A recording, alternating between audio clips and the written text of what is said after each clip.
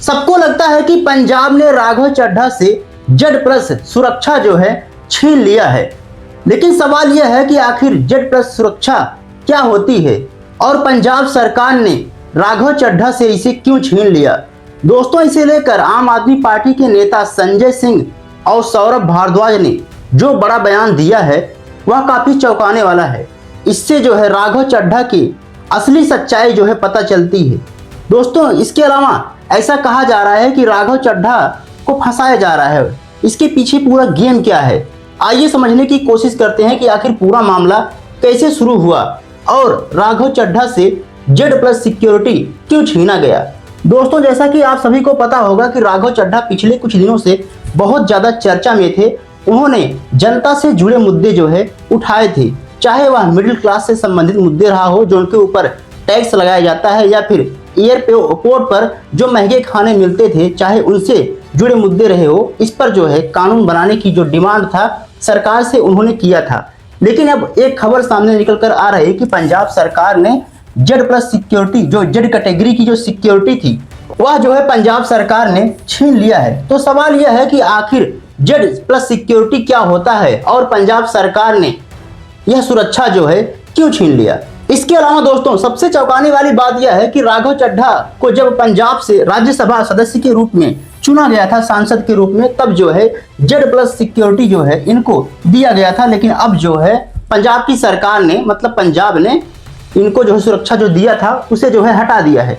अब सवाल उठता है कि आखिर क्यों। लेकिन आइए उससे पहले जान लेते हैं कि आखिर कौन कौन सी कैटेगरी की सुरक्षा है और किन लोगों को कौन कौन सा जो है सुरक्षा दिया जाता है। दोस्तों, शायद आपको पता होगा कि सबसे जो कम मतलब लेवल का जो होता है उसे एक्स सुरक्षा कहते हैं। उसके बाद आता है वाई का नंबर, उसके बाद वाई प्लस, उसके बाद जेड प्लस, और सबसे जो हाई लेवल का सुरक्षा होता है जैसे मोदी को दिया गया है वह जो है जेड प्लस सिक्योरिटी के अंतर्गत आता है।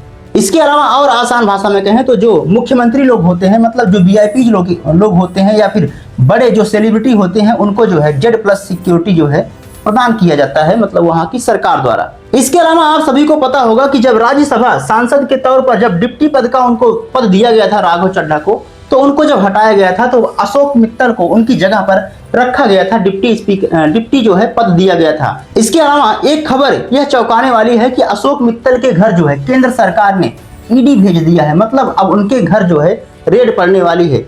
तो सवाल यह है कि अरविंद केजरीवाल ने जिस प्रकार से इनको डिप्टी पद दिया था राज्यसभा का, तो आखिर इनके ऊपर जो है रेड क्यों पड़ने जा रही है।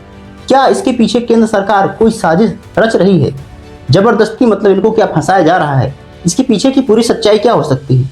आइए एक एक करके विस्तार से समझने की कोशिश करते हैं। दोस्तों, आगे हम बात करेंगे कि आखिर राघव चड्ढा को जो है पंजाब सरकार ने जेड प्लस सिक्योरिटी से क्यों छीन लिया, क्यों बेदखल कर दिया। लेकिन उससे पहले देख लेते हैं कि आखिर जेड सिक्योरिटी और जेड प्लस सिक्योरिटी में क्या अंतर होता है।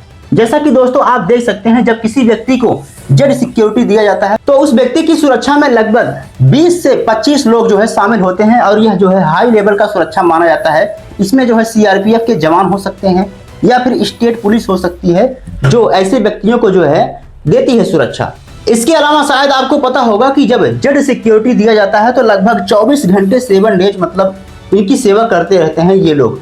इसके अलावा अगर जेड प्लस सिक्योरिटी की बात करें तो यह बहुत ही हाई लेवल का सिक्योरिटी माना जाता है और इसमें जो 50 से 55 आदमी लगभग इस सेवा में जो है उपलब्ध होते हैं। खासकर ये प्रधानमंत्री के रूप में देखा जाता है। शायद आपको पता होगा कि प्रधानमंत्री के पीछे किस प्रकार से काफिला चलता है जब ये मतलब कोई परेड करते हैं या फिर जब बाहर निकलते हैं।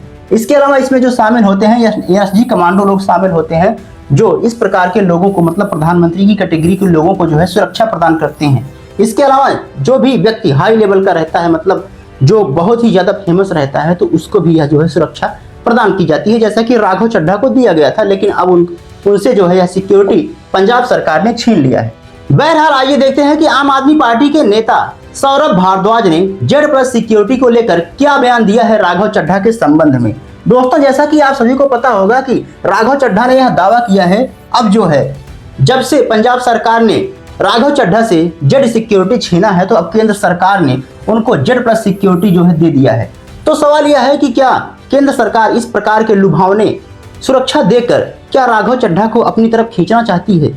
क्या राघव चड्ढा आने वाले समय में बीजेपी ज्वाइन कर सकते हैं, क्योंकि बीजेपी सरकार भी यह दिखा दिया है कि हम आपको जेड प्लस सिक्योरिटी दे रहे हैं, क्योंकि इससे जो कम सुरक्षा वाला था जेड सिक्योरिटी, उसको तो केंद्र सरकार मतलब उसको तो पंजाब सरकार ने छीन लिया है, लेकिन अब हम आपको जो है जेड प्लस सिक्योरिटी दे रहे हैं। इस प्रकार के दावे सौरभ भारद्वाज द्वारा किया जाता है।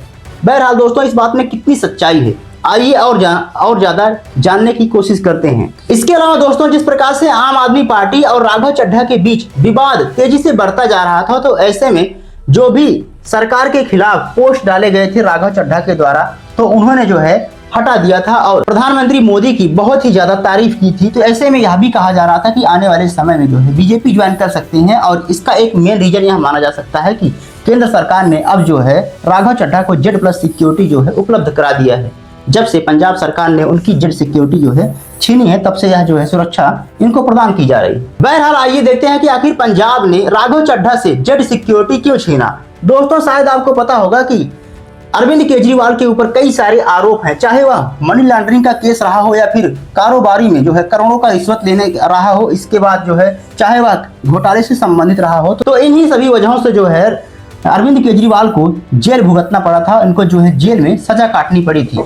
इसके अलावा जब इस प्रकार के आरोप केजरीवाल पर लगाए जा रहे थे, तो राघव चड्ढा ने किसी प्रकार का बयान नहीं दिया था इनको लेकर, और इसी वजह से यह कहा जा रहा था कि इनका राघव चड्ढा का झुकाव जो है बीजेपी की तरफ देखा जा रहा है। और यही सब वजह थी कि आम आदमी पार्टी और राघव चड्ढा के बीच में तेजी से विवाद बढ़ता जा रहा था, और अब खबर निकलकर सामने आ रही है कि पंजाब ने जेड प्लस सिक्योरिटी जो है राघव चड्ढा से छीन लिया है। तो शायद इसके पीछे यही वजह रही होगी कि आम आदमी पार्टी और राघव चड्ढा के बीच में जिस प्रकार से विवाद तेजी से बढ़ता जा रहा है, तो ऐसे में एक कारण यह भी हो सकता है कि उनकी जेड प्लस सिक्योरिटी छीन ली गई हो। बहरहाल आइए देखते हैं कि आखिर राघव चड्ढा पर ऐसे कौन कौन से आरोप लगाए गए थे आम आदमी पार्टी के द्वारा।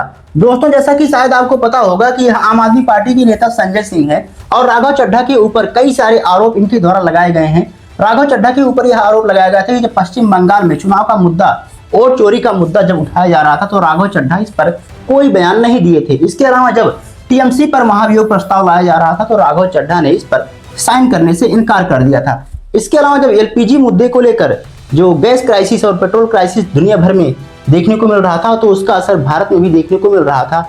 तो ऐसे में संसद में इस बात को उठाया गया था, लेकिन राघव चड्ढा ने इस पर कोई एक्शन नहीं लिया था और सरकार का समर्थन किया था, मतलब विरोध में कोई बयान नहीं दिया था। ऐसा आरोप जो है संजय सिंह के द्वारा लगाया गया था। हालांकि राघव चड्ढा ने इन सभी बयानों को पूरी तरीके से खारिज कर दिया था। बाकी दोस्तों, आपको क्या लगता है कि जिस प्रकार से पंजाब सरकार ने राघव चड्ढा से जेड प्लस सिक्योरिटी छीना था, तो ऐसे में केंद्र सरकार ने अब उन्हें जो है जेड सिक्योरिटी प्रदान कर दिया है। तो इस बात से क्या अंदाजा लगा सकते हैं कि राघव चड्ढा आने वाले समय में बीजेपी ज्वाइन कर सकते हैं? कमेंट बॉक्स में अपनी राय जरूर बताइएगा। मिलते हैं अगली वीडियो में, तब तक के लिए जय हिंद, जय भारत।